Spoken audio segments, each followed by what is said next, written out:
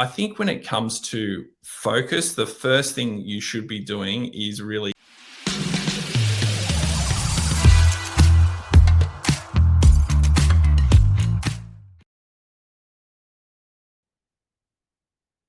Welcome to Sales Bites.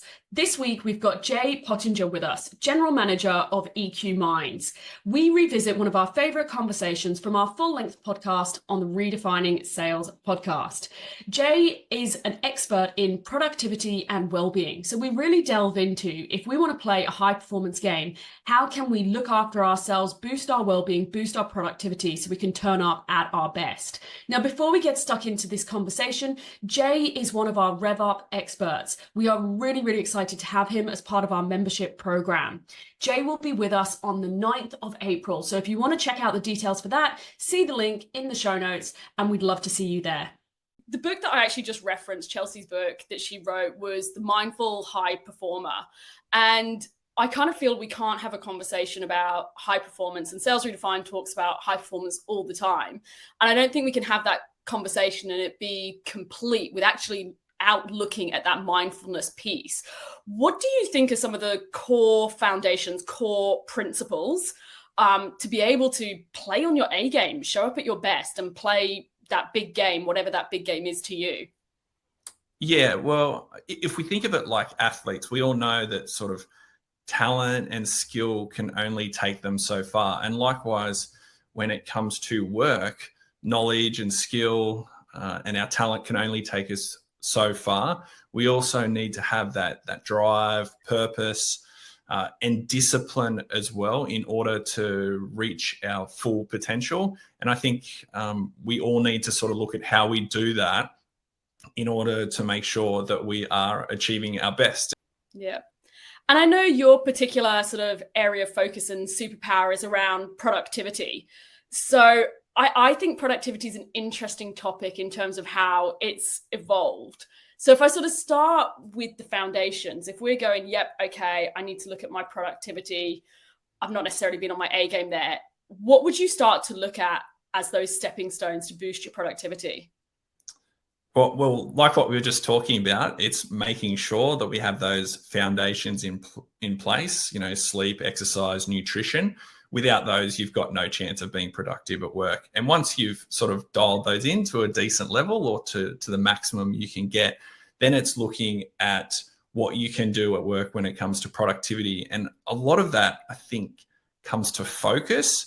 We all have so much external noise at the moment. There's so much cognitive overflow.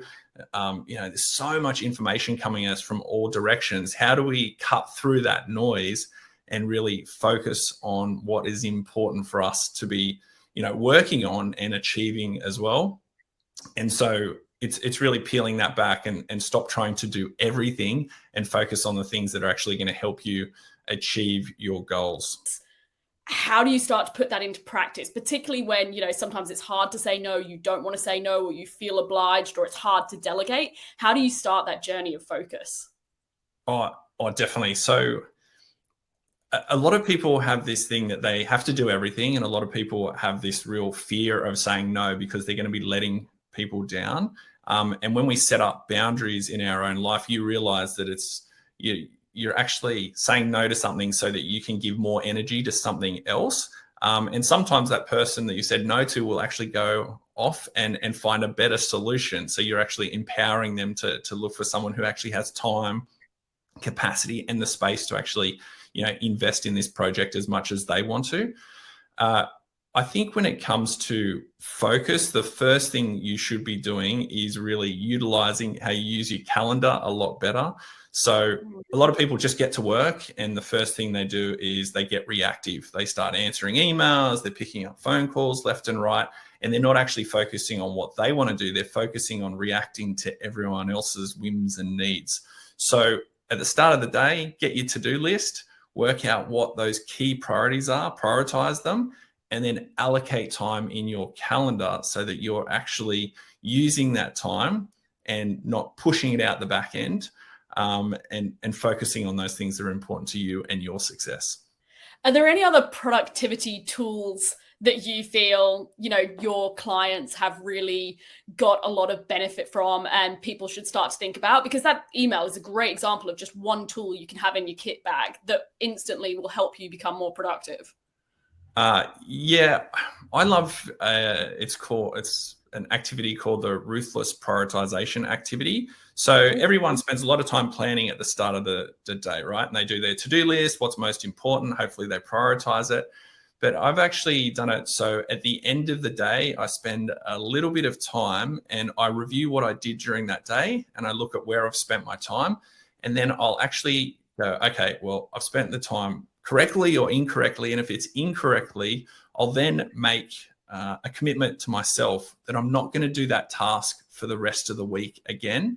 And it really opens up a whole heap of time where you realize you've misallocated time, and then take that time and put it towards something that is more important, hopefully your most important task. And so the next day when you arrive at work, you know exactly what you need to do.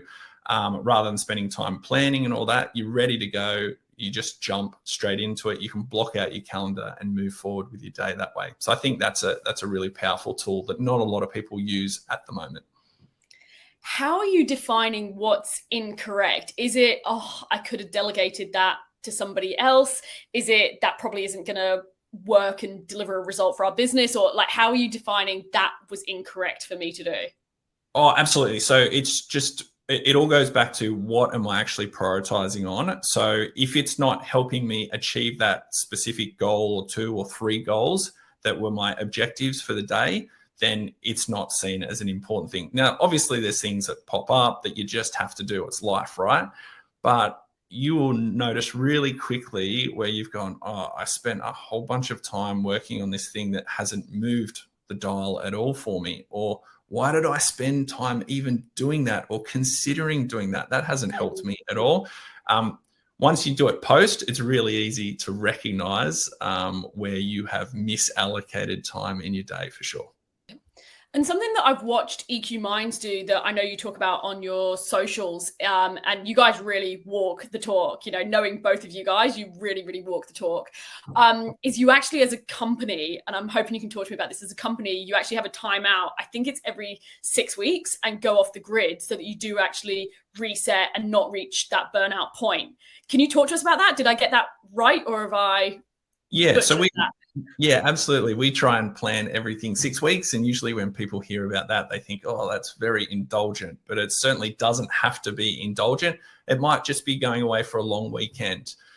It might be just literally shutting off the computer for a couple of days straight, turning off the phones, going off grid so that you can hit the reset button. Obviously, if you can get away, go to a retreat or, go somewhere with family or your friends, even better, but it doesn't have to be anything huge. Maybe camping helps you get back on track, whatever it is, just to disconnect from work for a few days so that you can come back fresher, and you will certainly notice the difference, that you have more energy, you have more focus, and you're feeling a lot better about everything that you're doing for sure. So I want to talk to you about getting started, because I know that a lot of the time, when I read certain things like, oh yeah, I must do that. And, as all of us know, most of the time we start a new habit and, within a week, 2 weeks, 3 weeks, 4 weeks, it sort of starts to slip. What are some of the recommendations that you and the EQ Minds team give to people to help actually jumpstart, reset, and go with some of the recommendations we've talked about? Yeah.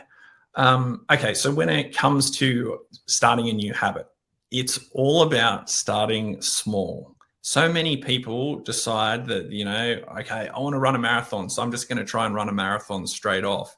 You don't do that. You start by, maybe going for a walk, or then running 1K and 3K and 5K. And likewise, when you're building new habits, you need to start really small. So BJ Fogg from Stanford's got a great book, and it's called Tiny Little Habits. And it's just simple ways that you can make small little changes in your life so that you move in the right direction. I'm also a huge believer that your environment plays such a dramatic role in the choices you make. So it can either cause friction or it can reduce friction. And for many of us, we're trying to start to eat healthy. So why do we have bags of chips or chocolates in the cupboard? If that's the case, of course you're going to fail. It's not going to work. So you need to get rid of everything, start fresh, make sure your environment is set up for you to succeed. And likewise, we can apply those same principles when it comes to your office. So I know that you have a lot of rituals, and we've talked about quite a few things here, whether it's, focus, whether it's setting up your environment for success, whether it's sleep, whether it's exercise, whatever it might be. If you could just have one, a really, really, really cruel question, you had like a day ahead and you could only focus on one thing, which one do you think is the most critical to your success? Very cruel question. That is a tough question. Well, excluding sleep, because sleep is basically the greatest performance enhancer known to man, I would say I'm going to have to go with exercise.